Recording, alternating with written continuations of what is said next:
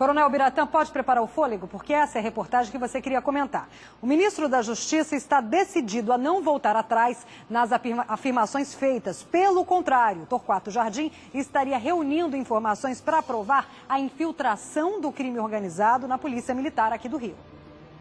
O ministro da Justiça está pronto para a guerra. De acordo com o blog do Noblar, Torquato Jardim passou a madrugada montando um dossiê com informações confidenciais capazes de pôr em risco investigações ainda em curso. O ministro estaria decidido a não recuar nas afirmações que fez.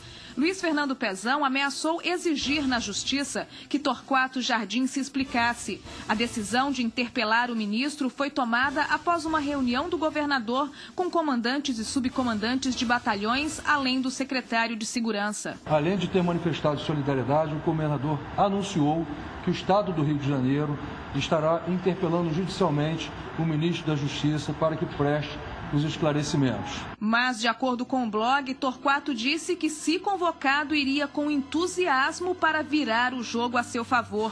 Toda essa polêmica começou depois que o ministro afirmou em entrevista ao UOL que Luiz Fernando Pezão e Roberto Sá não controlam a polícia e que comandantes de batalhões são sócios do crime organizado. O ministro comentou o caso em Brasília. Sim, reagir como reagiram mesmo. Você já esperava essa reação? Já esperava. O ministro faz planos para o futuro. Ele quer transformar a Força Nacional de Segurança Pública em um grupo de elite permanente. A tropa teria 2.500 homens sempre disponíveis para ações. Só para explicar, a Força Nacional hoje é composta por homens de vários estados que vão fazendo esses trabalhos dependendo da necessidade. Aqui no Rio de Janeiro tem homens de Minas, São Paulo, sul do país, enfim, eles se juntam, são homens especializados, não é? Que vão fazer esse trabalho na Força Nacional, inclusive aqui do Rio. Agora, a ideia é que se faça a Força Nacional com homens somente para essa atuação, que vão ficar só disponíveis para a Força Nacional, não vão trabalhar na tropa dos seus estados, não. Agora, em relação às declarações do ministro, ele continua com esse tom que desagradou quem é da Polícia Militar. Agora, coronel, ex-comandante é sempre comandante. Coronel, queria saber do senhor, apesar dessa polêmica toda, a gente sabe que existem casos de desvio de conduta. Ele generalizou? Qual foi o problema na fala dele? Qual foi a questão crucial de equívoco, na sua opinião? Tem várias questões fundamentais. Vamos pegar um retrospecto. As ações das forças federais estão aqui já há quase 3 meses, já não tem esse marco de 3 meses. O protagonista dessas ações era o ministro da Defesa. As ações tituladas de GLO, Garantia da Lei e da Ordem, trazia tanto que a gente frequentemente fala e percebe a fala do ministro Jungmann, e não do ministro da Justiça. Ele tem ficado à sombra do ministro da Defesa. Me parece que ele quis sair, entrar na frente do holofote. Por quê? É claro, a Corregedoria da Polícia Militar, a Corregedoria da Polícia Civil, frequentemente está investigando os seus integrantes. Se você perceber, o número de processos existentes na Corregedoria da Polícia Militar, e vou falar por ela, é imenso. O número de punições aplicadas é imensa. Por quê? Porque a possibilidade do desvio de conduta é grande e a identificação de desvio de conduta é muito grande. Então, não precisa ir para o holofote dizer que há desvio de conduta na polícia. A polícia sabe, a sociedade sabe e a imprensa notifica, porque a polícia expõe, ela clarifica, ela coloca no ar. Então tem várias situações, tiveram várias ações recentemente da Corregedoria que foram levadas à mídia. Mas muito pouco em relação aos oficiais. Ele citou explicitamente coronéis, comandantes de batalhões que seriam colocados ali por um deputado, sem citar, no entanto, quais seriam esses deputados ou pessoas envolvidas. Isso é fundamental. Aí o outro ponto fundamental é o seguinte: se você tem um processo investigativo, tem que fazer como fez a DH agora. Para você poder botar isso para fora, você tem que investigar no aspecto do sigilo e, efetivamente, não vir com acusações ao léu, assim, atacando a todos os comandantes. Quando ele fala comandante da Polícia Militar, esse PIN aqui é de um comandante geral. Eu não sou ex-comandante da Polícia, eu sou comandante no período 2007-2008.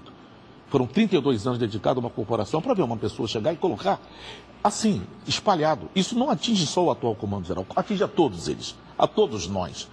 É claro que nós sabemos de muita coisa que já aconteceu, que acontece e que necessita de investigação e firme. Não precisa ir e pegar o espaço, né, e colocar como se não tivesse a menor responsabilidade. Nada que acontece no Rio de Janeiro é de responsabilidade única do Rio. Eu falei no outro bloco, o tráfico de drogas é competência federal. A prevenção e a repressão é competência federal. Então cai no colo do ministro da Justiça. Vamos citar aqui que existem outros desvios de conduta também, na Polícia Civil, na própria Polícia Federal. Até o japonês da Federal, Sim. que é tão citado aí nos casos da Lava Jato, responde ao processo.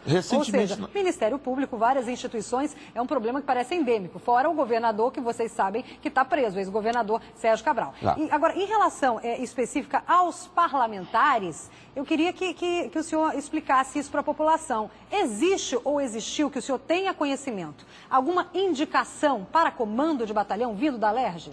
Sempre é possível que haja essa indicação. É uma questão da postura do comandante-geral. Por exemplo, eu vou responder pelo meu período de comando. Não aceitei qualquer tipo de indicação. Eu posso ter 1000 críticas ao doutor Beltrame, milhões de críticas ao nosso ex-governador Sérgio Cabral, mas nenhum dos dois jamais interferiram nas minhas escolhas. As escolhas eram feitas por nós dentro da polícia. E algumas nós fizemos boas escolhas e outras fizemos escolhas ruins. Mas é nossa responsabilidade. Então, as pessoas quererem indicar alguém para o comando do batalhão pode acontecer. É uma questão de postura de você. Eu sequer permitia que tentasse a indicação. As minhas respostas normalmente eram até um pouco grosseiras. Por isso, alguns parlamentares da época e alguns prefeitos da época não gostavam de mim e eu não estou nem aí. Porque eu tenho que saber a quem eu tenho que agradar na postura de comandante. E minha responsabilidade é com 3 pessoas. É com a sociedade fluminense, com a tropa e com a minha família. Então, isso para mim é muito fundamental. Todos os meus acertos e erros foram fundamentados nisso. Agora, quando se fala que a escolha dos comandantes do batalhão ela é feita por indicação parlamentar, significa que ele tem provas. Se ele tem provas, ele deveria já fazer isso, intervir, atuar e com medidas judiciais, policiais cabíveis. Porque isso é possível? Claro que é possível. É provável? É uma responsabilidade dele. O que ele terá que explicar agora. Ele levantou toda uma suspeita dentro de uma corporação e aí eu queria outra correção. Não foi só a Polícia Militar que ficou triste. Quando ele atacou o Parlamento do Rio de Janeiro, os deputados, ele atacou a Polícia Militar, ele atacou o governo, a Secretaria de Segurança e, por outro lado, o responsável pelo controle externo das ações policiais é o Ministério Público. Quem foi atacado nisso?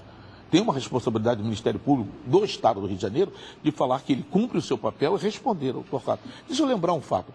Você lembra do caso da saúde da Polícia Militar, que foi levantado pela Corregedoria? Sim, no Hospital Central da Polícia Militar. Que envolve vários policiais e, na sua maioria, oficiais. Então, numa só atacada, a própria Corregedoria traz à baila questões ligadas aos oficiais. Isso vai na contraposição do ministro de dizer que a polícia oculta as suas mazelas.